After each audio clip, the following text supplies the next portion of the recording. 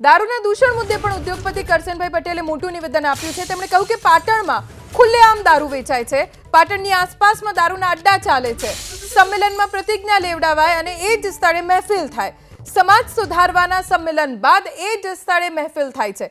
પાટણમાં યોજાયેલા પાટીદાર સમાજના કાર્યક્રમમાં કરશનભાઈ પટેલે આ નિવેદન આપ્યું છે। દારૂના દૂષણને લઈને તેમણે નિવેદન આપ્યું છે, જેને હમણાં જ કિરીટભાઈ પટેલે પણ વખોડ્યું હતું। તે કોર્ટમાં અધિકાર હોય, બીજા કોઈ નથી હોતો। આ બે વસ્તુ જમીન આસમાનનો વિરોધાભાસ નથી। તંત્ર એક જ છે, ગુના થોડા જુદા જુદા છે, પણ એના બીજો આગળ કે લોકો સમાજ સુધારવા માટે મોટા મોટા સંમેલનો કરે, પછી બહેનો પાસે પ્રતિજ્ઞા લેવડાવે કે અમારા ઘરનું કોઈ દારૂ પીતું હશે તો અમે એને અટકાવીશું।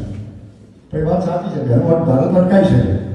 પછી સંમેલન પૂરું થાય એટલે આપણી પાસે એક જગ્યા ઉપર એની મહેફિલ કરવી।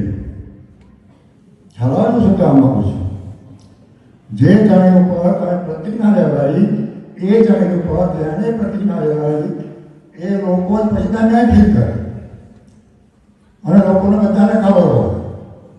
ના લોકો બોલે, ના સરકાર બોલે, ના પુરુષો બોલે। આજે પાટણની આજુબાજુમાં ખુલ્લે આમ દારૂના અડ્ડા ચાલે છે, પાટણમાં ખુલ્લે આમ દારૂ વેચાય છે, કોઈ એક્શન નથી।